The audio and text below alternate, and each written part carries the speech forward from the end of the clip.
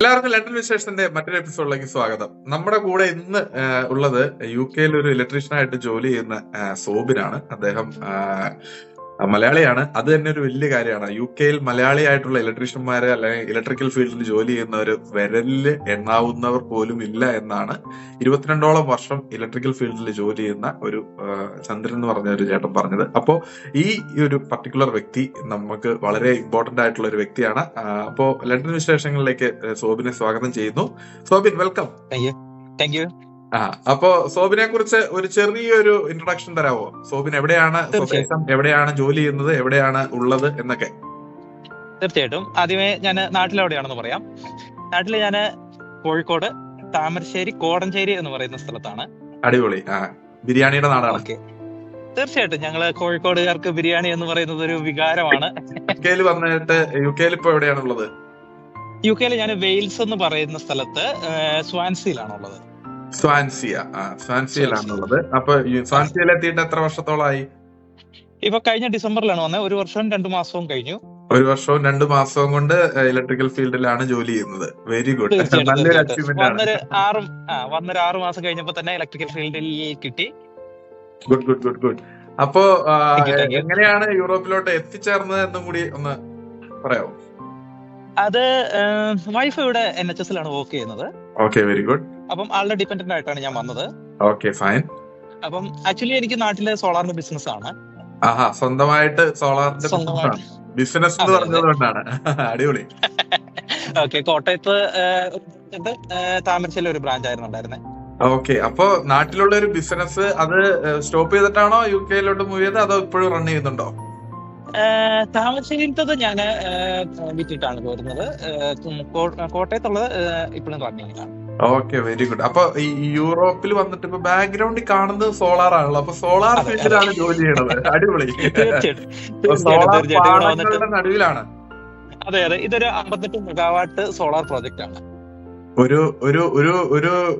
ഒരു കിലോവാട്ടൊക്കെ മതി ഒരു വീട്ടിലോട്ട്. അപ്പൊ 58 മെഗാവാട്ടിന്റെ ഒരു പ്രോജക്റ്റ്. 58 മെഗാവാട്ട് എന്ന് പറയുമ്പോഴത്തേക്ക് 58,000 കിലോവാട്ട്സ് ആണ്. അത്രയധികം വലിയൊരു പ്രോജക്റ്റിലാണ് ഇപ്പൊ ഉള്ളത്. അടിപൊളി. അപ്പൊ ഈ പ്രോജക്റ്റിലേക്ക് നമുക്ക് UK വന്നിട്ട് ഇപ്പൊ ഒരു ഇലക്ട്രീഷ്യൻ ആയിട്ട് നമുക്ക് ഓടിച്ചെന്നൊന്നും ഒരു ജോലി കിട്ടില്ലല്ലോ. അപ്പൊ ഒരിക്കലും പറ്റില്ല. അപ്പൊ ആ ഒരു ട്രാൻസിഷൻ എങ്ങനെയായിരുന്നു എന്ന് എക്സ്പ്ലെയിൻ ചെയ്യാമോ സോബിൻ? വിശദീകരിക്കാം. ഓക്കെ. ഞാനും എല്ലാവരെയും പോലെ നാട്ടിൽ നിന്ന് കയറി പോകുമ്പോ ഇവിടെ വന്ന് ഒറ്റയടിക്ക് നമുക്ക് ഇലക്ട്രിക്കൽ ജോലിയിലേക്ക് കയറാം, കാശ് ഇഷ്ടം പോലെ വാരാം എന്നുള്ള ഒരു പ്രതീക്ഷയൊക്കെ ഉണ്ടായിരുന്നു ആദ്യത്തെ കുറച്ച് മാസങ്ങൾ. പിന്നെ മനസ്സിലായി UK ഇലക്ട്രിക്കൽ ജോബ് അല്ലെങ്കിൽ സ്കിൽഡ് ജോലി കിട്ടുക എന്ന് പറയുന്നത് അത്ര ഈസി അല്ല. കാരണം ഇവിടെ എല്ലാ കാര്യങ്ങൾക്കും പ്രോപ്പർ വേ ആണ്. ഒരു ജോലി നമുക്ക് കിട്ടണമെങ്കിൽ അല്ലെങ്കിൽ ഒരു സ്കിൽഡ് ജോലി നമുക്ക് കിട്ടണം എന്നുണ്ടെങ്കിൽ അതിന് ഉറപ്പായിട്ടും നമ്മൾ സ്കിൽഡ് പേഴ്സൺ ആയിരിക്കണം. അതെ. അപ്പൊ നമ്മൾ ക്വാളിഫൈഡ് ആയിട്ടുള്ള ഒരു ഇലക്ട്രിക്കൽ എഞ്ചിനീയർ, ഇപ്പൊ നാട്ടിൽ നിന്ന് ഇലക്ട്രിക്കൽ എഞ്ചിനീയറിംഗ് പഠിച്ചവര്, ഇലക്ട്രിക്കൽ ഡിപ്ലോമ പഠിച്ചവര്, അവരൊക്കെ ക്വാളിഫൈഡ് ആണ്. അവർക്കപ്പോ UK ഓടി വന്ന ജോലി കിട്ടില്ല. അതിനകത്ത് എനിക്ക് മനസ്സിലായ ഒരു കാര്യം ഞാനൊന്ന് വിശദീകരിക്കാം. നമ്മൾ ചിലപ്പോൾ ക്വാളിഫൈഡ് ആയിരിക്കാം, പക്ഷെ ഇവരത് അംഗീകരിക്കുന്നില്ല. നമ്മൾ ക്വാളിഫൈഡ് ആണ് എന്ന് നമ്മൾ ഇവരെ മനസ്സിലാക്കിയാണ് വേണ്ടത്. അതിന് നമുക്ക് നമ്മുടെ ഡോക്യുമെന്റേഷൻസ്, ഈവൻ നമ്മുടെ എഞ്ചിനീയറിംഗ് സർട്ടിഫിക്കറ്റ്സ് അല്ലെങ്കിൽ ഡിപ്ലോമ ആണെങ്കിൽ ഡിപ്ലോമ സർട്ടിഫിക്കറ്റ്സ് നമ്മൾ ഇവിടെ ഈക്വലൻസി സർട്ടിഫിക്കേഷനിലേക്ക് മാറ്റി നമ്മളത് ഇവരുടെ ലെവലിലേക്ക് നമ്മൾ കൺവേർട്ട് ആക്കണം. അപ്പോ നമ്മൾ ഇവിടുന്ന് നാട്ടിൽ നിന്ന് വരാനിരിക്കുന്നവരും വരുന്നവരും വന്നവരും എല്ലാവരും ചെയ്യേണ്ട ഫസ്റ്റ് സ്റ്റേജ് എന്ന് പറഞ്ഞു കഴിഞ്ഞാല് നമ്മൾ ഈക്വലൻസി, നമ്മുടെ സർട്ടിഫിക്കറ്റ്, നമ്മുടെ നാട്ടിൽ വിദ്യാഭ്യാസം ഉണ്ട് നാരിക്ക്. നമ്മുടെ നാട്ടിൽ എന്ത് വിദ്യാഭ്യാസം ഉണ്ട് എന്നുള്ളതിനെ നാരിക്ക് ചെയ്ത് നമ്മൾ ഇവിടത്തെ സർട്ടിഫിക്കറ്റിലോട്ട് നമുക്ക് ജസ്റ്റ് ഒരു കമ്പയർ ചെയ്ത് ലഭിക്കും. അപ്പൊ നമുക്ക് ആദ്യം ആ കമ്പാരിറ്റിവിറ്റി സർട്ടിഫിക്കറ്റ് കിട്ടിക്കഴിഞ്ഞാൽ പിന്നെ നമ്മൾ ആദ്യത്തെ സ്റ്റെപ്പിലേക്ക് ഇറങ്ങുകയാണ്. ഫസ്റ്റ് സ്റ്റേജ് നാരിക്ക് ചെയ്യുന്നതിന് ഫീസ് എത്ര വരുന്നു? 74 പൗണ്ട് കണ്ടേ ഉള്ളൂ. 84 പൗണ്ട്സ്. അത് നമ്മുടെ പ്രയോറിറ്റി അനുസരിച്ചിരിക്കും. 2 ഓപ്ഷൻ കണ്ടാണ് ഉള്ളത്. 140 പൗണ്ട് ആണെങ്കിൽ നമുക്ക് 48 അവേഴ്സിനുള്ളിൽ കിട്ടും. നമ്മൾ 74 പൗണ്ടിന്റെ ആണ് നമ്മൾ ചെയ്യുന്നതെങ്കിൽ നമുക്ക് ഏകദേശം 28 വർക്കിംഗ് ഡേയ്സ് ആണ്. അപ്പൊ ഫസ്റ്റ് സ്റ്റേജ് എന്ന് പറഞ്ഞ സർട്ടിഫിക്കറ്റിനെ ഇങ്ങോട്ട് മാറ്റുകയാണ് സോബിൻ ചെയ്തത്. മാറ്റുകയാണ്. അതിനുശേഷം അതിനുശേഷം നമ്മൾ പിന്നെ അടുത്തത് നമുക്കൊരു സൈറ്റിൽ വർക്ക് ചെയ്യണം എന്നുണ്ടെങ്കിൽ നമുക്ക് ഹെൽത്ത് ആൻഡ് സേഫ്റ്റി ഇവിടെ മാൻഡേറ്ററി ആയിട്ടുള്ളൊരു കാര്യമാണ്. Okay okay. വിദേശ രാജ്യങ്ങളിൽ എല്ലായിടത്തും ഹെൽത്ത് ആൻഡ് സേഫ്റ്റി മാൻഡേറ്ററി ആണ്. മാൻഡേറ്ററി ആണ്. അപ്പൊ നമ്മൾ അതിന് വേണ്ടിയിട്ടുള്ള അടുത്ത ഘട്ടത്തിലേക്ക് പോവുകയാണ്. അതിന് ECS എന്ന് പറയുന്ന ഒരു സ്കീമാണ് നമുക്ക് ഇലക്ട്രിക്കൽ ഫീൽഡിലുള്ള ആളുകൾക്കുള്ള ഹെൽത്ത് ആൻഡ് സേഫ്റ്റി അതുപോലുള്ള അതുമാനുബന്ധിച്ച കാര്യങ്ങളെല്ലാം പ്രൊവൈഡ് ചെയ്യുന്നത്. ഇലക്ട്രിക്കൽ ടെക്നിക്കൽ സ്കീം എന്ന് ഇലക്ട്രോ ടെക്നിക്കൽ സ്കീം എന്ന് പറയുന്ന ഒരു ഏജൻസിയാണ് അത്. JIB സർട്ടിഫിക്കേഷൻ സ്കീം അത് ജിബ് ആണ് പ്രൊവൈഡ് ചെയ്യുന്നത്. ഓക്കെ. ഇവിടത്തെ ജിബ് എന്ന് പറഞ്ഞിട്ടുള്ള ബോഡി ജനറൽ ബോഡിയാണ് ഒരു കാർഡ് ഇഷ്യൂ ചെയ്യുന്നത്. അപ്പോ സോബിന് ECS കാർഡ് ഉണ്ടോ? തീർച്ചയായിട്ടും. അപ്പൊ ECS കാർഡ് ഉണ്ടെങ്കിൽ മാത്രമേ ഇലക്ട്രിക്കൽ ഫീൽഡിലുള്ള ഒരാൾക്ക് ഒരു സൈറ്റിലേക്ക് പ്രവേശിക്കാൻ പാടുള്ളൂ. 100%. അല്ലാത്തവൻ ഒരു സൈറ്റിൽ എൻട്രി ചെയ്ത് കഴിഞ്ഞാൽ പണിഷ്മെന്റ് ഉണ്ടാവും, ഫൈൻ അടയ്ക്കേണ്ട. പണിഷ്മെന്റ് അല്ല, അങ്ങനെയുള്ള ആളുകൾക്ക് ഒരു 99% ജോലി കിട്ടില്ല. Okay okay. ജോലി കിട്ടില്ല.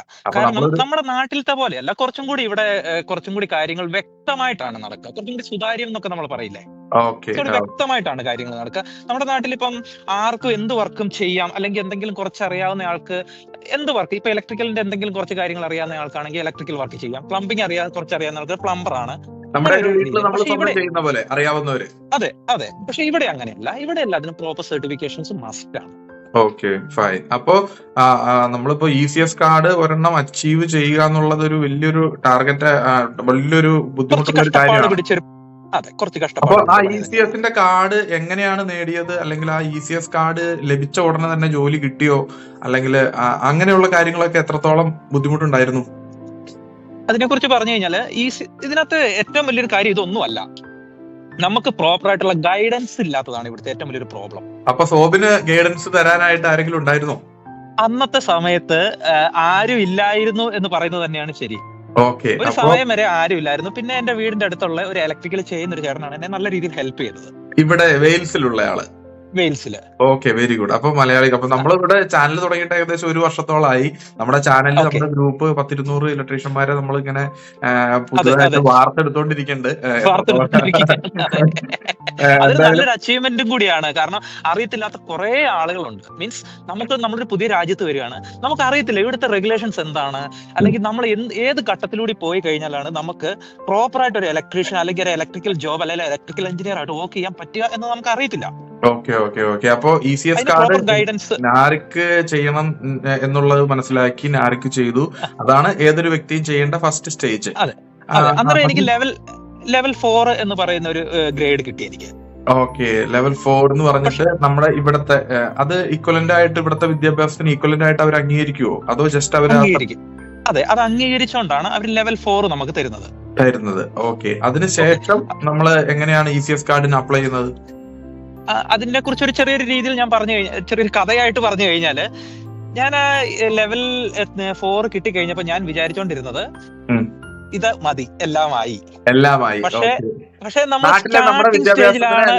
ഇവര് അംഗീകരിച്ചു, നമുക്കിപ്പോ തന്നെ ജോലി കിട്ടും, നമുക്ക് ഉടനെ തന്നെ ജോലി കിട്ടും എന്നാണ് വിചാരിച്ചോണ്ടിരുന്നത്. അങ്ങനെ ഞാൻ ഇന്ത്യയുടെ അങ്ങനെയുള്ള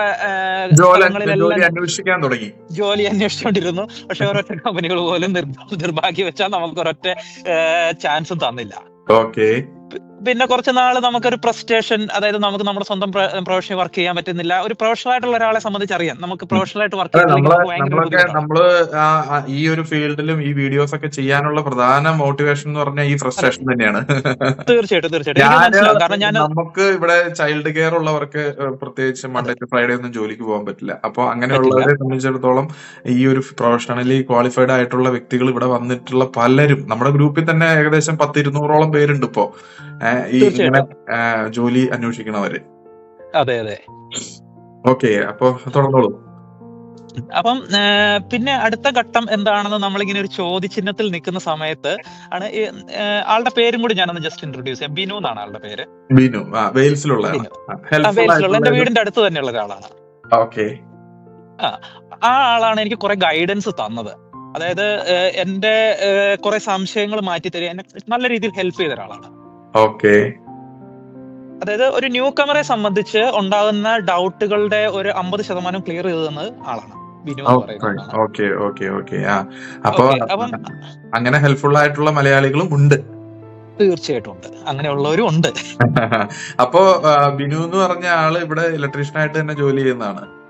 അതെ അതെ അതെ അതെ. ഓക്കെ, അപ്പൊ അദ്ദേഹത്തിന് ആ റൂട്ട് അറിയാം, എങ്ങനെയാണ് അദ്ദേഹം പോയിക്കൊണ്ടിരുന്നത് എന്നുള്ള കാര്യങ്ങള്. തീർച്ചയായിട്ടും അറിയാം. അപ്പൊ അങ്ങനെ ആളാണ് പറഞ്ഞത് നമുക്ക് ECS കാർഡ് ഇല്ലാതെ നമുക്ക് ഒരു കാരണവശാലും ഒരു കമ്പനികൾ നമ്മളെ ഒരു ജോലിക്ക് എടുക്കില്ല. നമ്മൾ ഹയർ ചെയ്യില്ല. ഇനി ഇനിയിപ്പോൾ അങ്ങനെ കിട്ടിയാൽ പോലും നമ്മൾ ഉടനെ തന്നെ ECS കാർഡ് എടുത്തിരിക്കണം. ഓക്കെ, നമുക്കൊരു ജോലി കിട്ടാൻ ബുദ്ധിമുട്ടാണ് ECS കാർഡ് ഇല്ലെങ്കിൽ. ഇൻ കേസ് ഇനി ഏതെങ്കിലും ഒരു സ്ഥാപനം നമുക്ക് ജോലി തന്നാൽ തന്നെ നമ്മള് ഒരു സമയത്ത് ഇവിടെ ഒരു ക്വാളിഫിക്കേഷനും ഇല്ലാത്തവർക്ക് ജോലി കിട്ടിക്കൊണ്ടിരുന്നു എന്നൊക്കെ കേട്ടിട്ടുണ്ട് ഒരു 5 year ബാക്ക്. പക്ഷെ ഇപ്പൊ എനിക്ക് അറിയത്തില്ല. കാരണം എന്നാ ചോദിച്ചു കഴിഞ്ഞാല് ഇവിടെ സ്കിൽഡ് വർക്കേഴ്സിന്റെ ഷോർട്ടേജ് ഭയങ്കരമാണ് ഇപ്പോഴും നിലവിലുണ്ട്. വേക്കൻസി അത്രയധികം വേക്കൻസികൾ ഉണ്ട്. കാരണം എന്നാ ചോദിച്ചാൽ അത് ഞാൻ ആരെയും കുറ്റപ്പെടുത്തി പറയല്ല.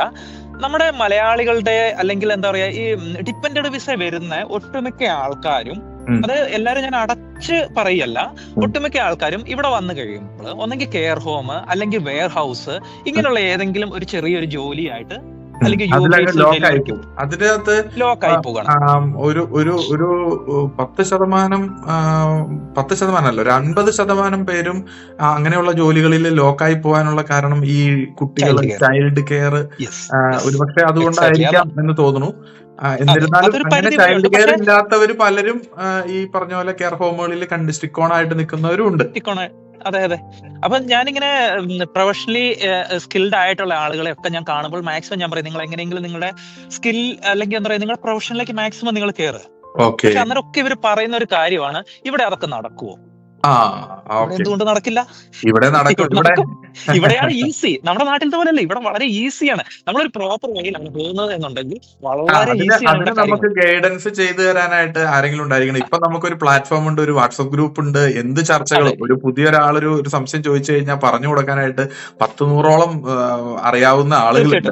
നല്ല നല്ല ചർച്ചകൾ നടക്കുന്നുണ്ട്.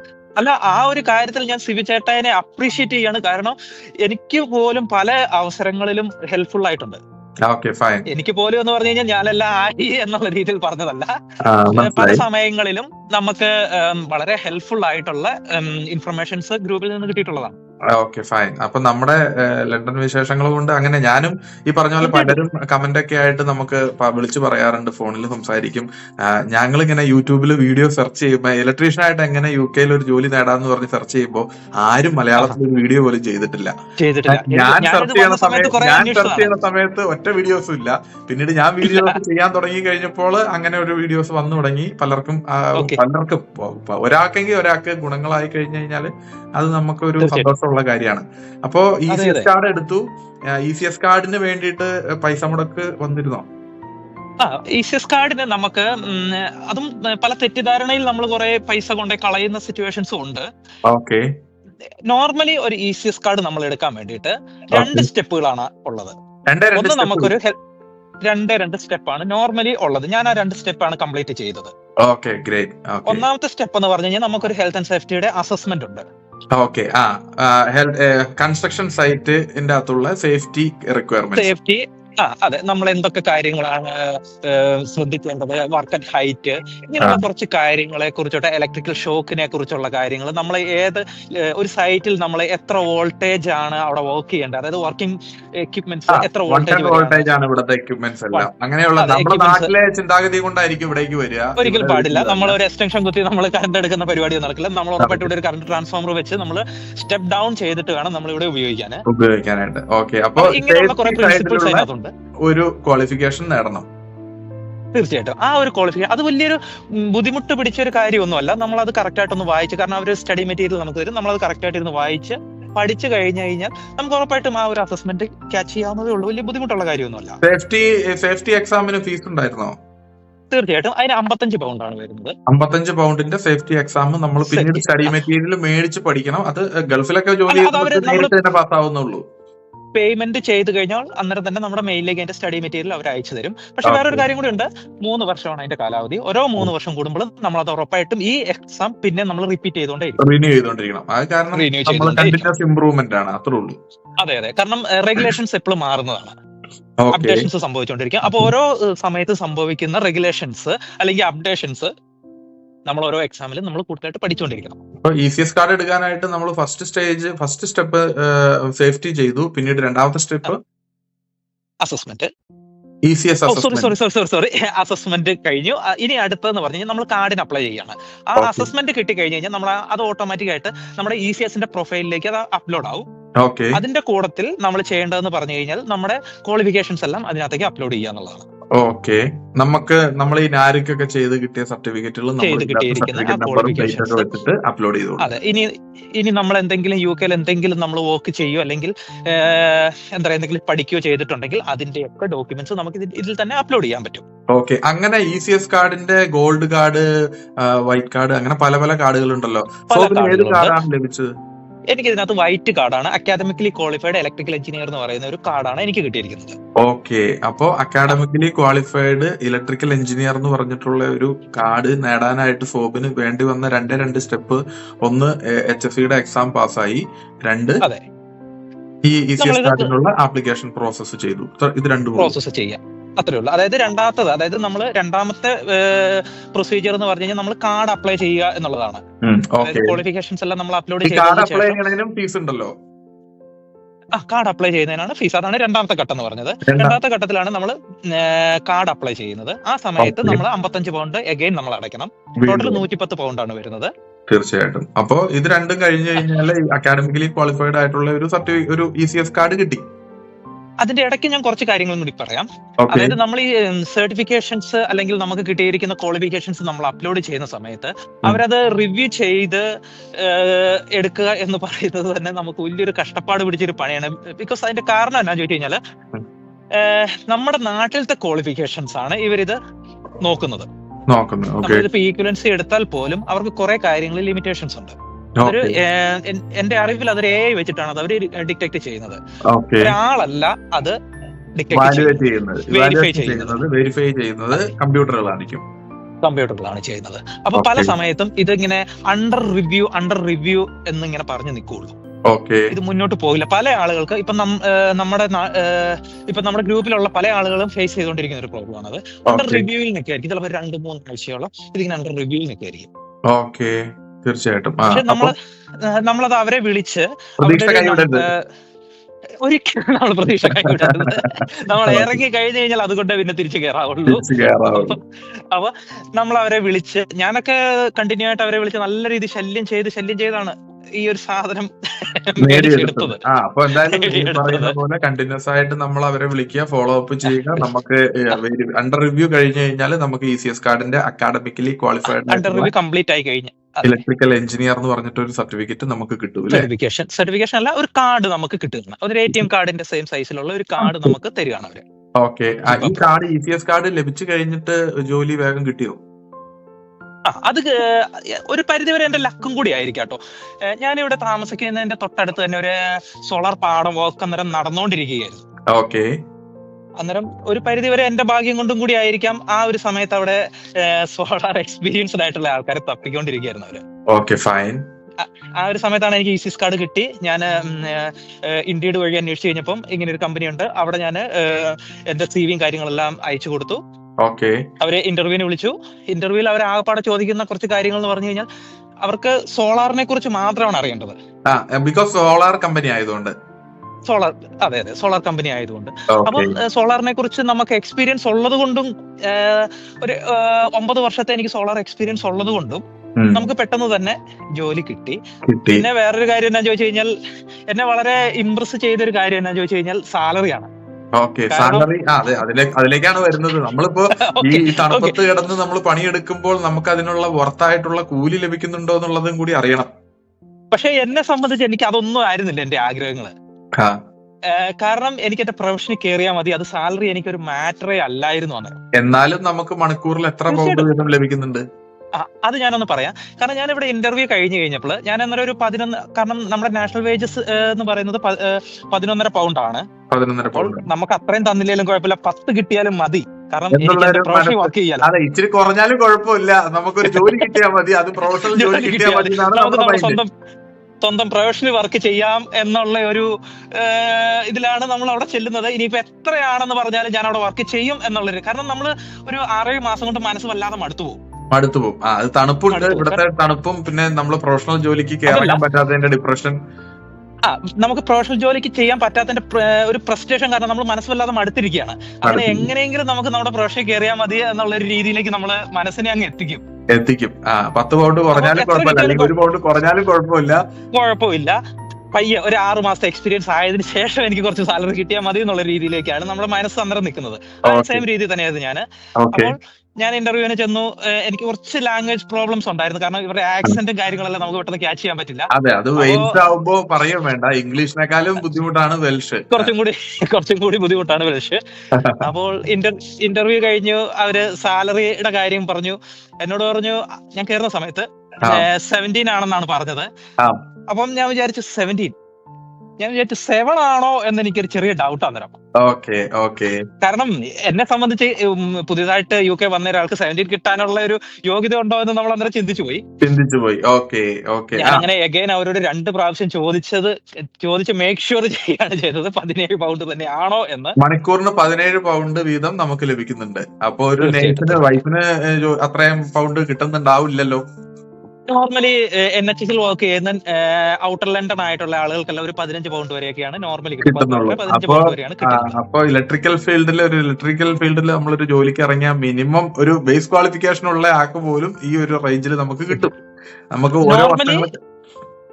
നോർമലി ഒരു എക്സ്പീരിയൻസ് ഇല്ല എങ്കിൽ പോലും ഒരു 15 പൗണ്ട് ഉറപ്പായിട്ടും കിട്ടും, മിനിമത്തിൽ കിട്ടും. അപ്പൊ നമുക്ക് വേണ്ടത് ECSന്റെ കാർഡുകൾ നേടുക എന്നുള്ളതാണ്, ക്വാളിഫിക്കേഷനും സർട്ടിഫിക്കേഷനും. അപ്പൊ എല്ലാരും പറയുന്ന, ഞാനും പറയാറുണ്ട്, 18th എഡിഷൻ ഉണ്ടെങ്കിലേ ജോലിയൊക്കെ കിട്ടുള്ളൂ. 18th എഡിഷൻ ചെയ്തിട്ടുണ്ടോ? ഞാൻ നിലവിൽ 18th എഡിഷൻ ഇപ്പൊ പഠിച്ചോണ്ടിരിക്കണം. Very good. അപ്പൊ ഞാനത് കംപ്ലീറ്റ് ചെയ്തിട്ടില്ല. കാരണം എനിക്കിപ്പോ ഓൾറെഡി ഒരു ഇലക്ട്രിക്കൽ ജോലി ഉള്ളത് കൊണ്ടും കൂടി ഞാനൊരു ആക്ച്വലി മടിയനാ.